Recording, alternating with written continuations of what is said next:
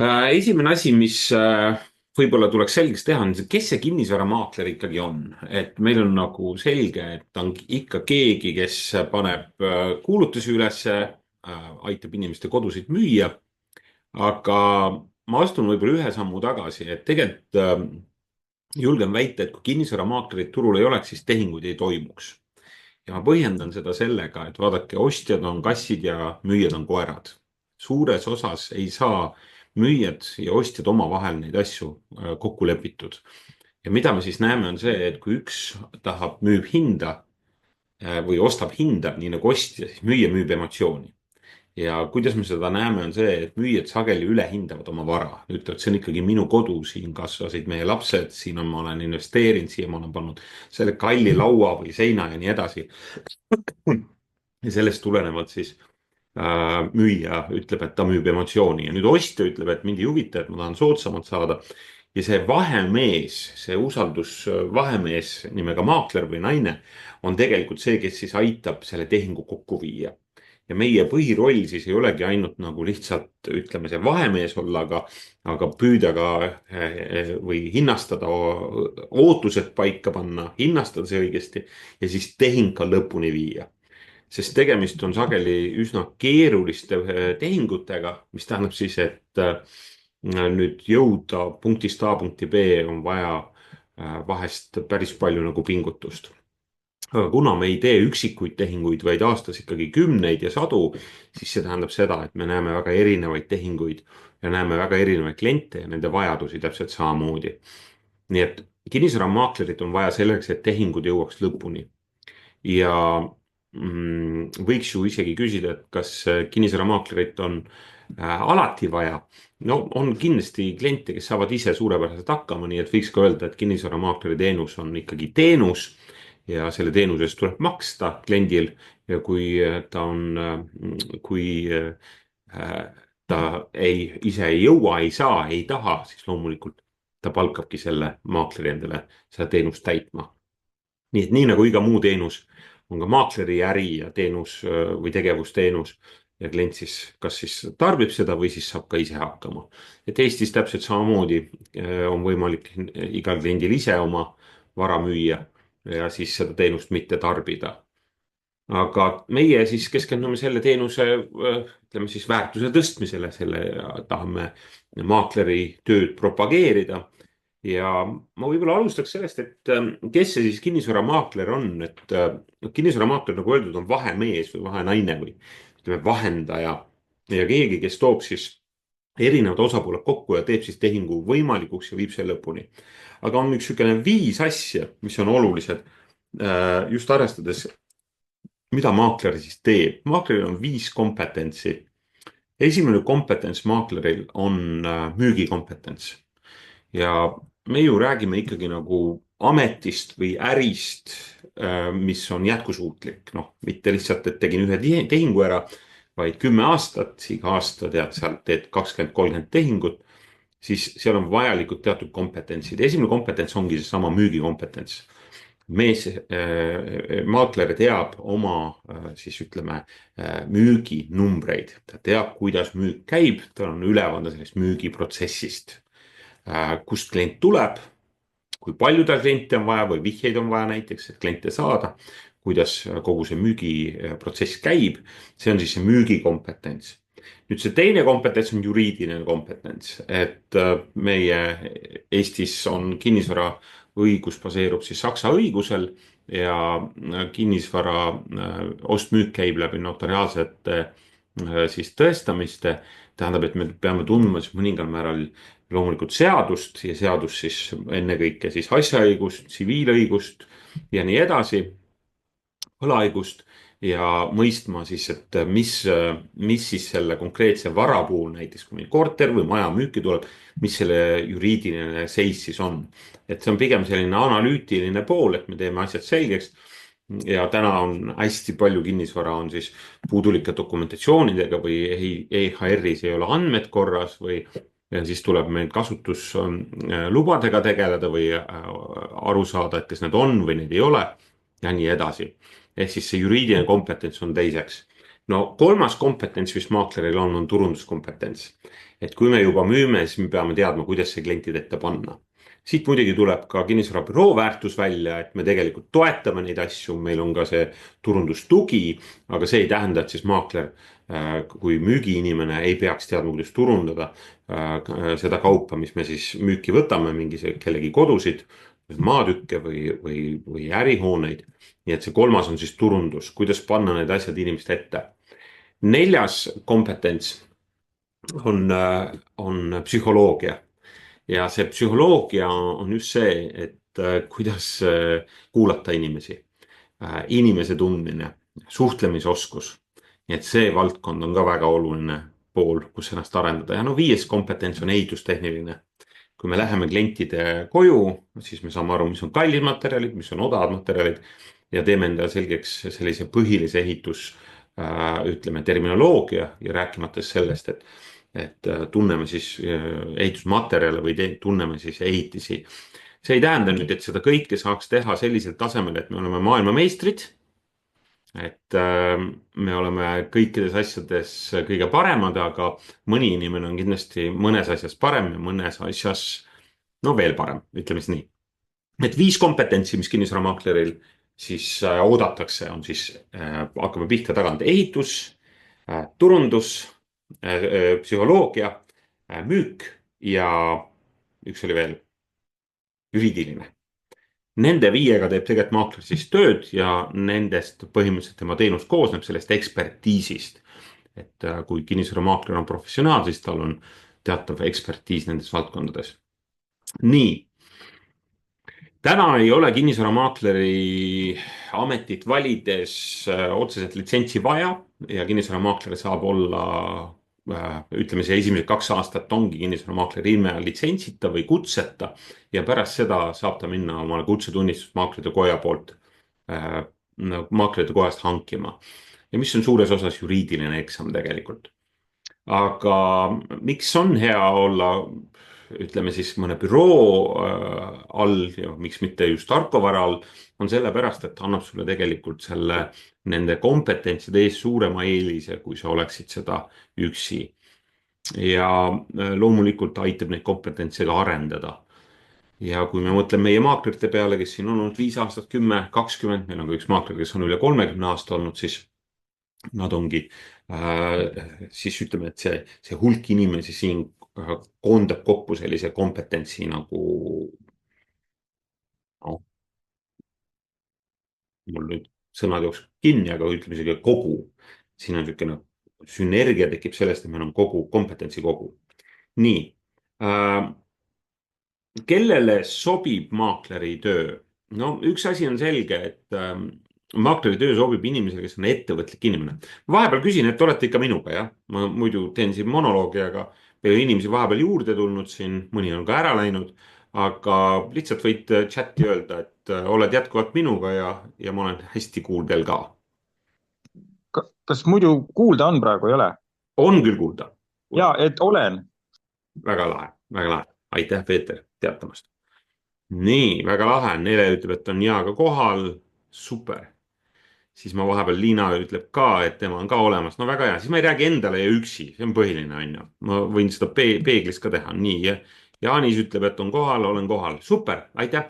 Lähme edasi. kellele sobib kinnisvaramaakleri töö? no kinnisvaramaakleri töö sobib kõigepealt ikkagi sellele inimesele, kes tahab olla selline ettevõtlik, kes otsib natukene rebel inimene, kes otsib tegelikult teatavas mõttes sellist vabadust ühe tööandja alt või ütleme, see sissetulek, kus on fikseeritud sissetulek, palgatöö sissetulekust otsib siis väljapääsu. ja inimene võib valida erinevaid ärisid, mida hakata tegema, aga kinnisvaramaakleri äri on elustiili äri. ja see tähendab tegelikult seda, et inimene finantseerib sellega oma elustiili. et ja kinnisvaramaaklerid siis noh, me saame sellest sõnapaarist väga hästi aru, on ju, et elustiil ja äri. et elustiil on see, et sul on kalamajas kohvikus laptop laual lahti ja jood kallist apelsinimahla. aga äri on siis tegelikult see, mida ma ennem rääkisin, need kompetentsid ja see protsess, kuidas siis ettevõtlusega tegeldakse. et maakler on siis keegi, kes on ennast juhtiv inimene. ja keegi, kes unistab siis sellisest suuremast ajalisest vabadusest ja suuremast sissetulekust. Nüüd oleme nüüd kohe alguses täpsed, need on need ka peamised põhjused, miks maaklerid läbi kukuvad või ei õnnestu, on see, et tegelikult selleks, et ajaline vabadus saada, ükskõik mis äris, selleks on vaja see äri käima saada. Ja kinnisvaramaaklerina on ka võimalik äri käima panna, aga selleks läheb aega. Nii et teatud mõttes sa vahetad ikkagi või ütleme siis nii, et selles ei ole midagi maagilist või shortcut'e või lühiideid, et näe, saan nüüd kiiresti rikkaks, vaid täpselt nii nagu alustad ükskõik mis ettevõtlusega, nii ka kinnisvaramaakler tegelikult vahendajana ja nende kompetentside ehitajana algab selle siis äri ehitamist. Ja ühel hetkel on kinnisvaramaakleril stabiilne sissetulek ja stabiilne klientide voog ja oskus tehinguid selliselt teha, et need asjad jooksevad, nagu öeldakse. Nii, nii et ennekõike võiks öelda, et sobib ennast juhtivale inimesele. Keegi, kes teab, mis ta tahab. Nii oluline. Sa tead, mida sa tahad ja võib-olla oled siis vaadanud ka seda kinnisvaramaaklerite elu, ma ei tea, Netflixist või kusagilt netist või Instagramist ja näinud, et neil on väga särav elu, siis elu on nii nagu elu ikka inimestel. Aga see tähendab seda, et kui sa oled hea sellest, nii nagu ükskõik mis valdkonnas, siis su sissetulek tegelikult on kindlasti parem. Ja sissetulek müügis sõltub ju suures osas müügiinimesest endast. Miks ma olen enda jaoks omad küsimused pannud, siis nende järgi liigun praegu. Mida siis peaks silmas pidama veel nende eelduste all? No üks asi on see, et sulle peaks inimesed meeldima. Ja see peaks inimestele nagu hästi läbi saama ja sulle peaks meeldima nendega ka koos olla. Sest kinnisvaramaakler on ennekõike inimeste inimene ja suhte inimene. Nii et selline suur suhtevõrgustik on kriitiliselt tähtis ja suhete otsimine ja suhete loomine on must be, kohustuslik, ilma selleta ei saa. Nii et mida rohkem sa siis inimesi armastad või nendega koos olemist, see ei tähenda seda, et see muidugi ei tähenda seda, et nendest juures oleks vahest vaja puhata, aga suures osas sulle meeldib töö inimestega. Nii et võib-olla see on teine asi, et ennast juhtiv, ettevõtlik ja kindlasti oluline, et sulle meeldivad inimesed. Mida silmas pidada alustades? No esiteks võin öelda nii, et alustada mis iganes ettevõtlusega, sul peab olema selleks võimalust. Sul peaks olema selleks mingi varu, mingi finantsvaru, sellega, kui sa tahad ettevõtlusega alustada. Väga suurt kapitali kinnisvaramaakleriks alustamisel ei pea olema. See tähendab, et sa pead finantseerima lihtsalt seda käivitamisfaasi, kui sa kinnisvaramaaklerina alustad. Meie ärimudel Arko Vara kinnisvarabüroos, kui sa liitud reamaaklerina, on see ja sa sobid maakleriks, selle teeme ka selgeks, kas sinus on maakler või mitte. Siis meie oma värbamisprotsessis teeme selle selgeks ja siis sa pead finantseerima oma seda lihtsalt käivitusperioodi. Arko Vara maksab selle käivituskoolitused selleks, et sa saaksid seda äri teha, aga selleks, et siis igapäevaselt elada, see äri käivitamisraha peab olema igal maakleril siis endal olemas, kuni ta hakkab sellest ärist, mida me nimetame kinnisvaramaakleri äriks, siis raha saama või raha teenima. Et tegemist on ikkagi tulemusäriga. Meil ka Arko Vara kinnisvarabüroos püsitasu maakleritel ei ole, kuna maaklerid on ennekõike siis ettevõtjad. Ja miks nad on ettevõtjad? No, nad on ettevõtjad sellepärast, et see on nende loomus. Et kui ma vaatan meie maaklerit, meil on täna siin ligi 80 maaklerit Arko Varas, siis need inimesed purki panna ei kannata, nemad tahavad olla vabad ja tegutseda. Nendele meeldib see vabadus, mis neile ka Arko Varas on ja teiselt poolt siis meeldib see bränd ja nad tahavadki siis ise tegutseda. No, nii et igale ühele ilmselgelt kinnisvaramaakleri valdkond ei sobi. Ja see sobib inimestele, kes siis on sellised ettevõtlikud ja meeldib tulemusi luua, ütleme siis nii. mida veel alguses tähele panna, kui alustatakse kinnisvaramaaklerina, ongi see, et üldjuhul kipib ta olema raskem ja inimesed alahindavad seda. Aga mina ei taha mingil juhul kedagi ära hirmutada, sellepärast et ma olen ise 20+ aastat selles olnud ja näen, et see on täiesti võimalik. Ja nagu ma just rääkisin, need eeldused peavad olema täidetud. Sa pead ennast olema juhtiv, sulle meeldib inimestega suhelda ja sul on selline tulemusorienteeritus, et sa tahad saavutada tulemusi, siis sa lähed ja hangid need. Ja kui meie Arko Varas anname ka inimesele koolitused, anname talle selle toe, mida ta vajab selleks, et teada, mida teha, siis tegelikult, noh, ma ütlen veel kord, ma olen näinud kümneid ja kümneid maaklereid käivitumas maaklerina. Ja ka ise aidanud sadu maaklereid käivituda. Nii et see kõik on tehtav, peab olema lihtsalt need eeldused. No ja võib-olla üks eeldus veel, et sul peab olema selleks aega. Noh, võib-olla keegi küsiks, kas selle kõrvalt saab ka tegutseda. Nii ja naa, tegelikult kinnisvaramaakler käivitab täis power'iga ettevõtlust ja nagu te ette võite kujutada, et kui te tahate midagi käivitama hakata, siis tuleb sinna ka täiega panustada. Te peate uskuma sellesse, mida teete. Jah, sul peab ka aega olema. Aga see ei tähenda, et seda ei ole võimalik teha millegagi sünergias. Meil on ka tiimis, ma ei tea, James Joshua Viinalas, kes on muusik täisajaga, aga ta on absoluutselt suurepärane maakler, sellepärast et talle sobib, see sünergia sobib siis selle rolliga. Nii et siis kui on mingi ala, mis sulle sobib, siis ütleme selle töö kõrvalt, siis ilmselgelt saab ka maaklerina alustada. Nii, panen vaikseks telefoni. Nii, kui palju on maaklereid turul? No maaklereid on arvatavasti kuskil sinna 2000–2500 juures kogu Eestis, aga häid maaklerid on alati vaja ja mida ma pean silmas head maaklerid. Hea maakler on üldiselt see, kellele see töö väga meeldib ja kes teeb seda täisajaga.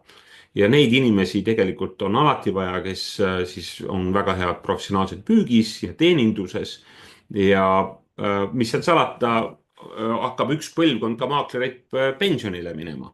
Nii et need, kes alustasid siin 30 aastat tagasi, olid toona vanuses seal 40 ja pluss, siis nemad täna tegelikult suure tõenäosusega ühel hetkel seda tööd enam ei tee. Nii et me oleme päris kaua vastu pidanud selles äris, nii et meil on ka inimesi, kes juba lähevad pensionile.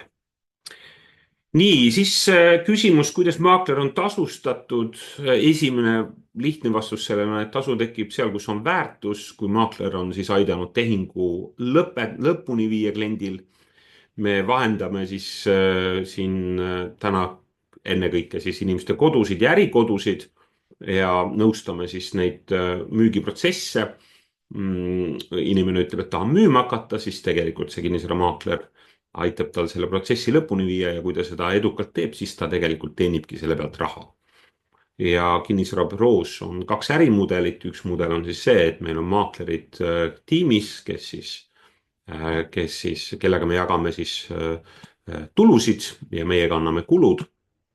Ja siis teine ärimudel on frantsiisi mudel, et need inimesed, kes on juba ise ettevõtjad, tahavad teenida suuremat tulemust ja on valmis ka ise maaklerid juba koolitama ja treenima, siis nemad saavad edasi kasvada frantsiisideks. Nii et meil ka on 5 erinevat frantsiisi.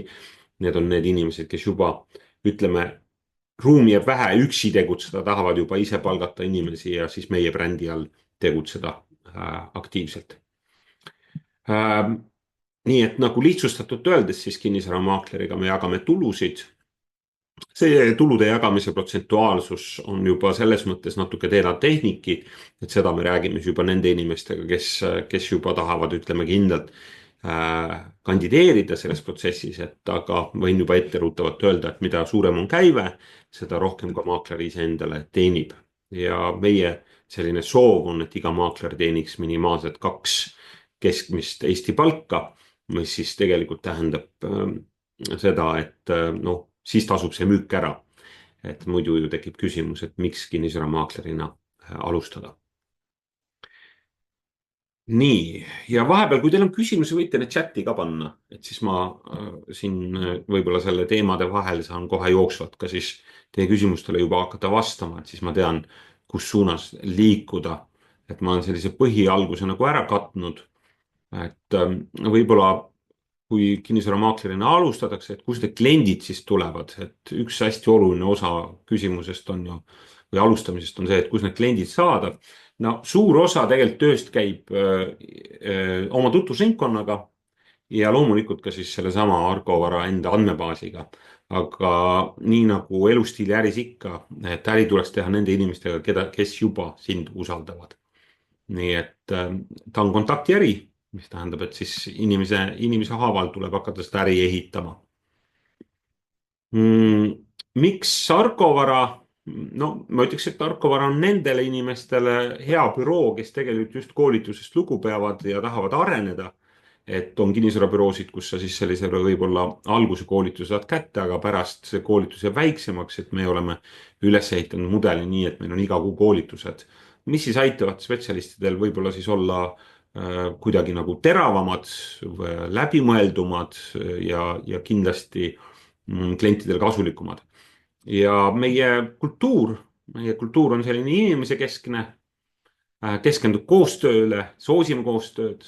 Nii et selline maakleri õppimine ja areng on pigem see meie tugevus ja meie fookus. Et kinnisvarabürood on erinevad, aga meie kultuur on kindlasti selline võib-olla loomulikult meie vaatest, aga ka meie olemasoleva tiimi vaates selline eristuv teistest just oma siis inimesele keskendumise poolest. Me panustame siis tugevalt just isiklikule ja professionaalsele kasvule.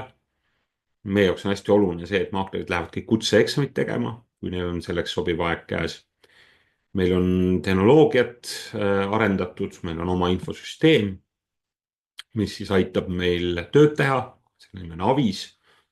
Nagu öeldud, müügikoolitused on meil alguseks, on A316, mis on igale alustajale ja startup koolitus, kus me siis aitame seda alustajal käivitada.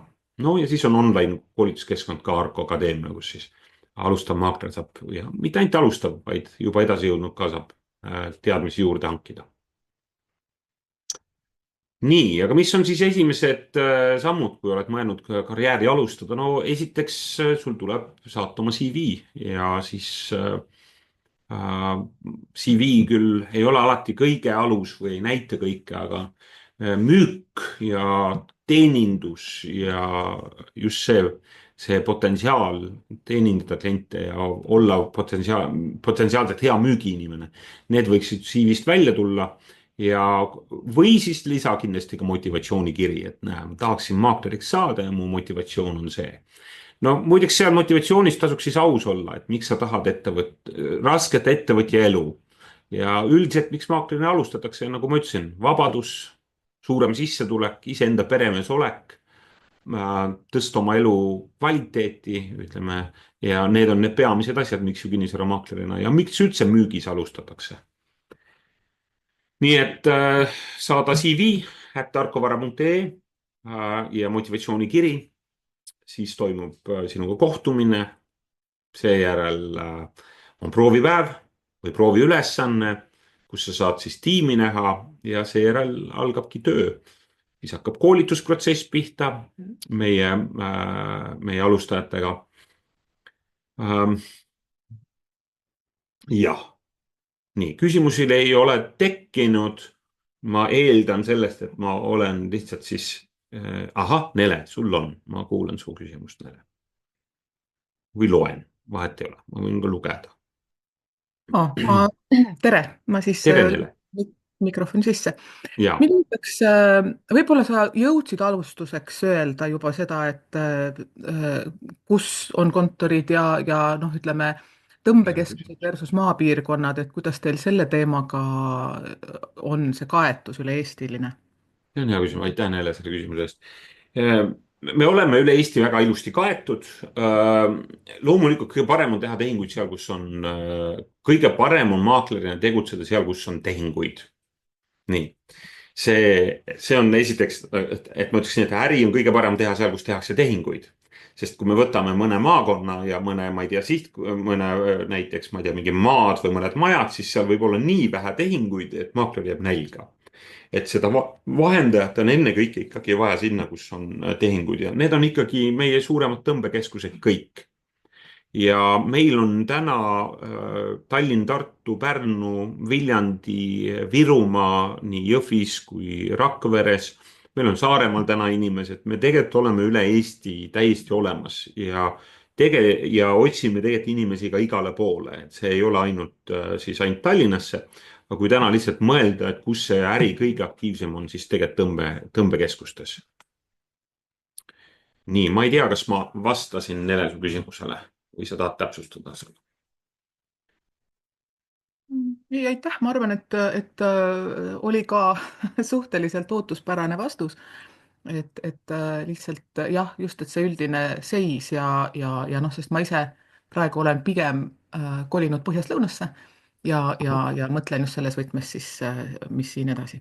Mis seal edasi teha, just. ja arusaadav ja ma saan aru, et üks valik, üks kaalukeeli on siis, kas alustada maaklerina või mitte, et siis kindlasti on oluline vaadata ka meie Tartu büroo üle ja seal on meil päris korralik tiim kohal, nii et siis ka nõu pidada, et kas praegu ja kus alustada sealpool. ja kui me oleme väiksemates piirkonnades teinud ka veel seda, et meil on kinnisvaramaaklerid ja hindajad sageli ühes isikus, just väiksemates piirkondades, et kinnisvara hindaja on hoopis teine roll, aga tal on hariduseeldused, aga nii sageli väiksemates kohtades olekski hea, et kinnisvaramaakler ja kinnisvara hindaja oleks ühes isikus, nii et siis ma soovitaks just ka mõelda selle kombo peale. Selge, aitäh. nii, kas kellelgi on veel küsimusi või ma täna sain nii kergelt, et.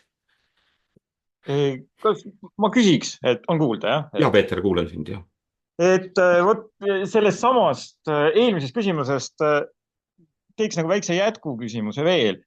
et nimelt see, et sa ütlesid, et väiksemas kohas peaks olema siis see kinnisvara hindaja ka ja maakler ühes isikus, eks ole, et see mõlemad kompetentsid peaksid olema.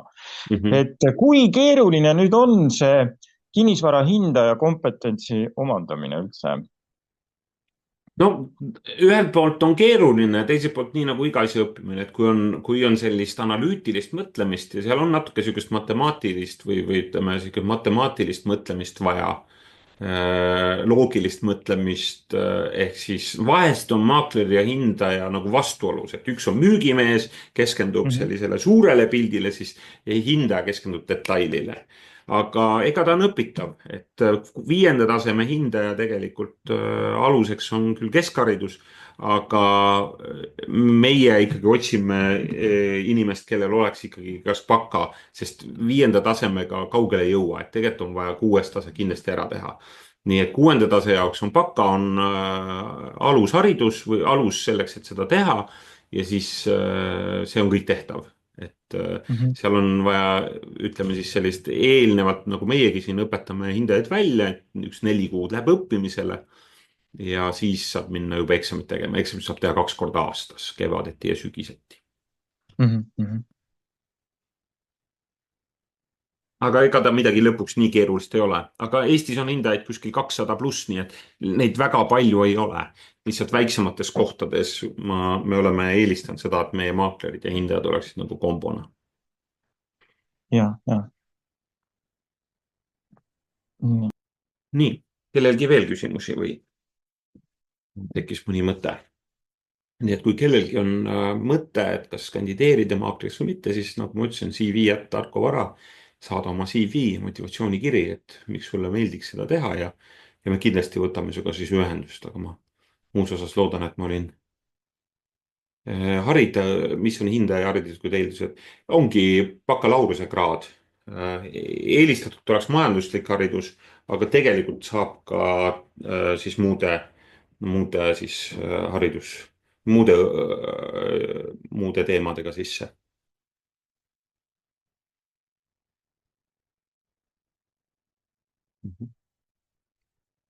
nii. aga ma loodan, et ma sain teid natuke valgustada sellise kiire webinariga ja kui teil on siis küsimusi rohkem, siis ka meie lehekülje arkovara.ee on igasugu blogisid ja podcast'e ja saate neid uurida ja juurde lugeda ja Youtube'is on väga palju erinevaid materjale Arko Vara all ja mujal ka, nii et olge siis aktiivselt otsima. ja siis mina tänan teid. Ma loodan, et teil oli huvitav ja loodetavasti ühel või teisel viisil kohtume.